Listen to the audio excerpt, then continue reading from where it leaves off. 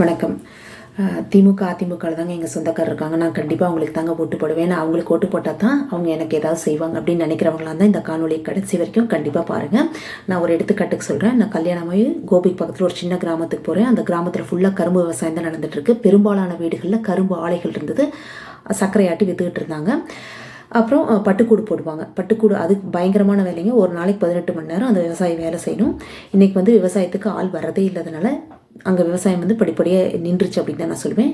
நீங்கள் ஓட்டு போட்டிங்கல்ல, அவங்க உங்கள் குழந்தைய ஃப்ரீயாக படிக்க வச்சாங்களா, மருத்துவம் ஃப்ரீயாக கொடுத்தாங்களா, இல்லை நாளைக்கு உங்கள் பிள்ளை படிச்சுட்டு வந்ததுக்கப்புறம் வேலை கொடுப்பாங்களா?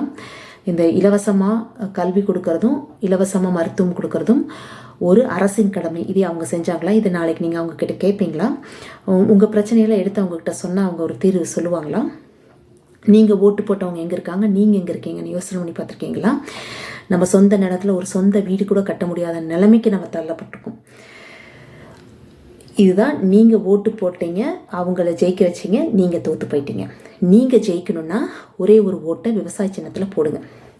அவங்க என்ன சொல்கிறாங்கன்னா, விவசாயத்துக்கு நான் முன்னுரிமை கொடுப்பேன், விவசாய தொழிலை ஒரு அரசு தொழிலாக நான் மாற்றுவேன்.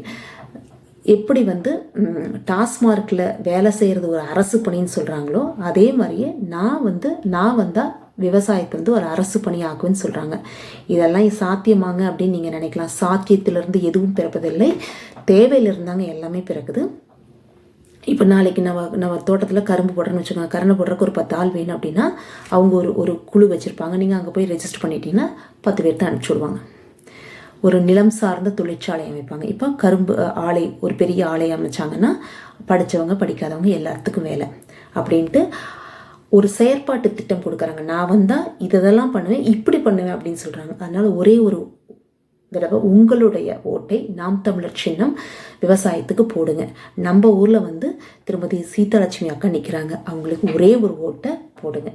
நாம் தமிழர். நன்றி, வணக்கம்.